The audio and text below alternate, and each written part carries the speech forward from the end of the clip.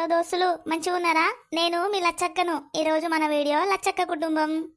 Hello దోస్తులు, మంచిగా ఉన్నారా? మీరు కనుక మా వీడియోని ఫస్ట్ టైం చూస్తున్నారనుకో, మా వీడియో నచ్చితే మా ఛానల్ని సబ్స్క్రైబ్ చేసుకోరి. ఇక మన సబ్స్క్రైబర్లు అందరూ మన వీడియోని లైక్ చేయరి. లైక్ చేసుడు మర్చిపోకురి దోస్తులు మీరందరూ లచ్చక్క కుటుంబాన్ని కూడా ఇట్లనే సపోర్ట్ చేసిరనుకో, లచ్చక్క కుటుంబం వీడియోలు కూడా రెగ్యులర్గా అప్లోడ్ చేస్తాం దోస్తులు. అందుకే వీడియోని సపోర్ట్ చేయరి, లైక్ చేసుడు మర్చిపోకురి దోస్తులు. లక్ష్మి గారు హాయ్ అండి. మా లచ్చక్క కుటుంబం తరపున మరియు సురేఖ గారి తరపున మీకు పెద్ద హాయ్ అండి. అబ్బా, కోడలిది పుట్టింటికి పోయింది. నా కొడుకు ఆ చిత్రంగి కోడలు దాన్ని అవగారింటి కడ దించడానికి పోయిండు. పో నువ్వు పోవుడే గాని మళ్ళా తిరిగి నా గడపల అడుగు పెట్టేదే లేదే. మళ్ళా నిన్ను రానిస్తా అన్న ఇంటికి వచ్చేదే లేదు. అబ్బా, ఇల్లు ఎంత ప్రశాంతంగా ఉందో ఇప్పుడు. అది లేకపోతే ముచ్చుముఖం వేసుకొని శాతనైతే లేదు అనుకుంటా ఆ ఇంట్లోకి తిరుగుతుండే. మీనా జాగ్రత్త, ఒక వారం రోజులుండు. వారం రోజులైన తర్వాత మళ్ళీ నేనే వచ్చి నిన్ను తీసుకెళ్తా. సరే తీయ్యా, ఒక వారం రోజులుంటా. వారం రోజులు అయిపోగానే నువ్వు వచ్చి నన్ను తోలుకపో అయ్యా. వారం రోజుల కంటే నిన్ను చూడకుండా నువ్వు లేకుండా నేను ఉండలేనయ్యా. నేను మాత్రం నిన్ను మీ అమ్మోళ్ళ ఇంట్లో ఇడిచిపెట్టి నేను ఇక్కడ సంతోషంగా ఉంటా అనుకుంటున్నావా?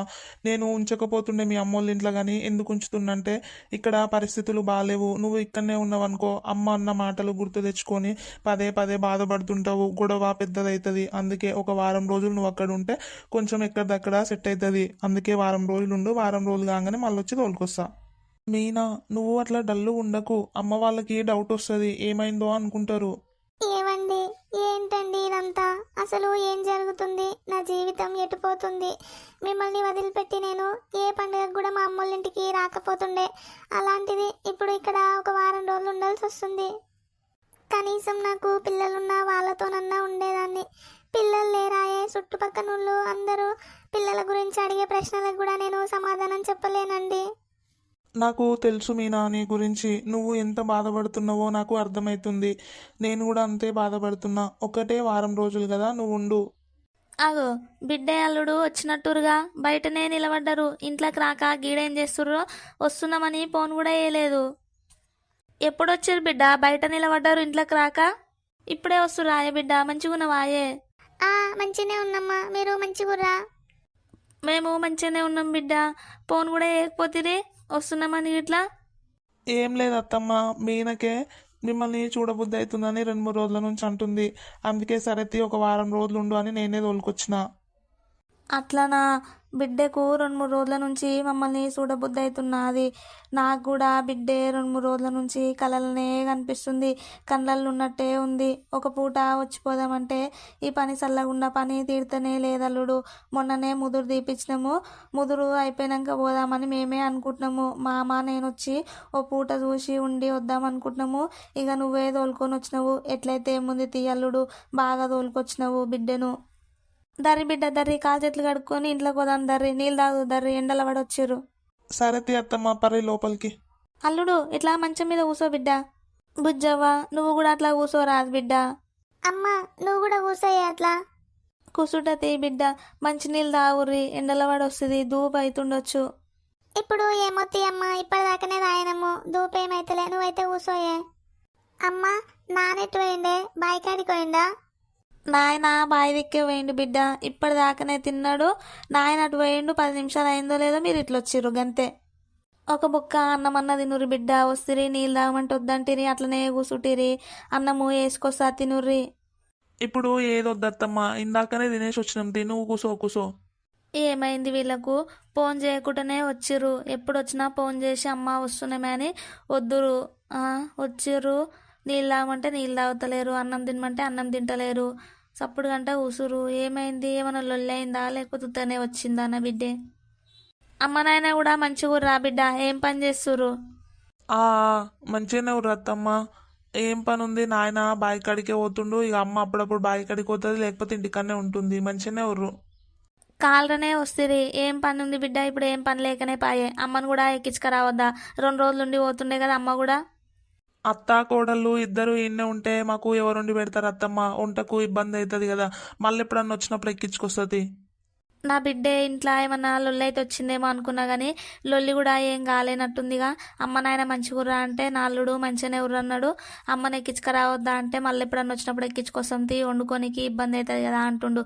ఏమన్నా లొల్లి అయితే గిట్ల గిట్ల అయింది అత్తమ్మ, అందుకే తోలుకొని వచ్చిన నీ బిడ్డననే అనకపోనా నాల్లుడు. మంచిగానే ఉన్నట్టురు కానీ నా బిడ్డకే చూడబుద్ధి అయినట్టుంది, వచ్చినట్టుర్రు. వచ్చింది కాళ్ళనే కదా, మీ అమ్మను కూడా ఎక్కించుకురావద్దా అని అడుగుతుంది మా అమ్మ మా ఆయనను. అసలు ఆమె ఏడొస్తుంది, నేను ఇంటికి రానికి కారణమే ఆమె నాయే, నాతో నీ పంచాయతీ పెట్టుకునే. అందుకే నీ అల్లుడు ఈడ దించుతుండమ్మా, నీకు ఎట్లా చెప్పాలి, నీకు ఎట్లా అర్థమవుతుంది, చెప్తే నువ్వు బాధపడతావు, అందుకే చెప్తలేనమ్మా. మీనా మరి నేను బయలుదేరుతున్నా, ఉండు సరేనా? అదేంటండి అప్పుడే పోతా అంటున్నావు, సాయంత్రం పోదుతి, ఇప్పుడు ఎండనే కొడుతుంది కదా, జరసేపు ఉండు. ఎండ కొడితే ఏంది మీనా, నేను పోయేది కాలరనే కదా, ఎంతసేపు తొందరగా వెళ్తాలే. అదేందల్లుడు, వస్తువి తినమంటే తినకనే పోతివి, అప్పుడే పోతున్నా పడితివి, తిన్నాక పోదు తీయి. ఇప్పుడు నాకేమొద్దత్తమ్మా, నేను వీడికి వస్తున్నప్పుడే కొంచెం తినేసే వచ్చిన. మీననే ఏం తినలేదు పొద్దున్న నుంచి, ఆమెనే తినమను. సాయంత్రం పోవచ్చు కదా, ఇప్పుడే పోయి ఇంటికాడ ఏం చేస్తావు, ఉండొచ్చు కదా, కొద్దిసేపు ఉండి అన్నం తిని పోవచ్చు కదా. ఎప్పుడైనా వెళ్ళాల్సిందే కదా, ఇప్పుడైనా సాయంత్రమైనా, ఇప్పుడైతే ఏముంది, నేను పోతున్నది. అయ్యో బిడ్డ, వస్తువి నీళ్ళు తాగమంటే నీళ్ళు తాగకపోతివి, అన్నం తినమంటే అన్నం తింటలేవు. పొద్దున్నదాంలో కోదు అంటే ఇప్పుడే పోతాన పడితివి. పైలం బిడ్డ, మెల్లగా పోంగానే ఫోన్ చెయ్యి. ఆ సరే అత్తమ్మ, పోంగానే ఫోన్ చేస్తుంది. అమ్మ నువ్వు ఉండు, నేను ఆయనను పంపించేసి వస్తా, నువ్వు ఇంట్లోనే ఉండుతి. ఏవండి సాయంత్రం వరకు ఉండి పోవచ్చు కదా, సాయంత్రము ఇప్పుడే పోయి ఏం చేస్తావు, ఉండమంటే ఉంటనే లేవు, పోతా పోతా అనబడితివి. అట్లా కాదే, నేను నీతో పాటు ఇక్కడే ఎక్కువసేపు ఉన్నాను అనుకో, మళ్ళీ నిన్ను ఇడిచిపెట్టి పోబుద్ది కాదు, అందుకే పోతున్నా. సరే తీ మరి, పోంగానే ఫోన్ చెయ్యి, మర్చిపోకు. ఫోన్ చేస్తుండు అప్పుడప్పుడు, నేను చేద్దామంటే నువ్వు డ్యూటీలు ఉంటావు కదా, నీకు ఖాళీ ఉన్నప్పుడు నువ్వే ఫోన్ చెయ్యి, మర్చిపోకు. సరే నేను ఇంటికి పోగానే ఫోన్ చేస్తా, నువ్వైతే టైంకి ట్యాబ్లెట్లు వేసుకో. ట్యాబ్లెట్స్ అయిపోగానే ఒక రోజు ముందే నాకు చెప్పు, మళ్ళీ నేను ఇడికి వచ్చి హాస్పిటల్ తీసుకుపోయి మళ్ళీ ఇక్కడ డ్రాప్ చేసి పోతా, మర్చిపోకు. సరే తీరి, నేను టైంకి టాబ్లెట్లు వేసుకుంటా కానీ మీరు టైంకి అన్నం తినుర్రి, అట్లనే టైం దొరికినప్పుడు నాకు ఫోన్ చేయర్రి, ఫోన్ చేసుడు మర్చిపోకుర్రి. నేను మాత్రం నీతో ఫోన్లో మాట్లాడుకుంటా ఉంటానా, చేస్తూనే ఉంటాలే. అంతేగాని నువ్వు మాత్రము అమ్మోళ్ళ ఇంట్లో వదిలిపెట్టిన కదా వారం రోజులని ఎక్కడ బయట తిరగకు మీనా, సప్పుడు గంట తిని ఇంట్లోనే ఉండు. సరేనండి, నేను ఏడికి పోతానండి, ఏడికోను, సప్పుడు గంట ఇంట్లోనే ఉంటా. సరేనా మరి, నేను పోతున్నా. ఓకేనా, లోపలికి వెళ్ళు, నేను వెళ్తున్నా మరి. దేవుడా, ఈ వారం రోజులు ఎట్లా గడవాలి నాకు, నేను మా అమ్మగారింటికి ఏ లొల్లి కాకుండా మంచిగా వస్తే నాకు ఈ బాధ ఏముండకపోతుండే. మా అత్తోళ్ళ ఇంట్లో లొల్లాయే, లొల్లి పెట్టుకునే మా అత్త మా ఆయన దించిపాయే. నా భర్త ఇంటికి పోయినాక మా అత్త ఏమేమి నేర్పిస్తుందో, నా మీద ఏమేమి ఎక్కించి చెప్తుందో, నా భర్త ఎట్లుంటాడో. మా అత్త నాతో నీళ్ళు పెట్టుకున్నప్పుడే నన్ను ఎన్నో మాటలు అన్నది, నా కొడుకుని విడిచిపెట్టు, నీకు పిల్లలు పుట్టరు, సావు అని అన్నది. ఇప్పుడు నా భర్తకు దానికి పిల్లలు పుట్టింది ఎందుకు, నీకు అది భార్యగా దాన్ని విడిచిపెట్టమనే నేర్పిస్తుందో, లేకపోతే దాన్ని ఇంటికి తోలుకరాకనే నేర్పిస్తుందో నా భర్తకు. మా అత్త ఎన్ని మాటలు చెప్పినా నా భర్త పట్టుకోడు, నా భర్త అలాంటి వ్యక్తి కాదు.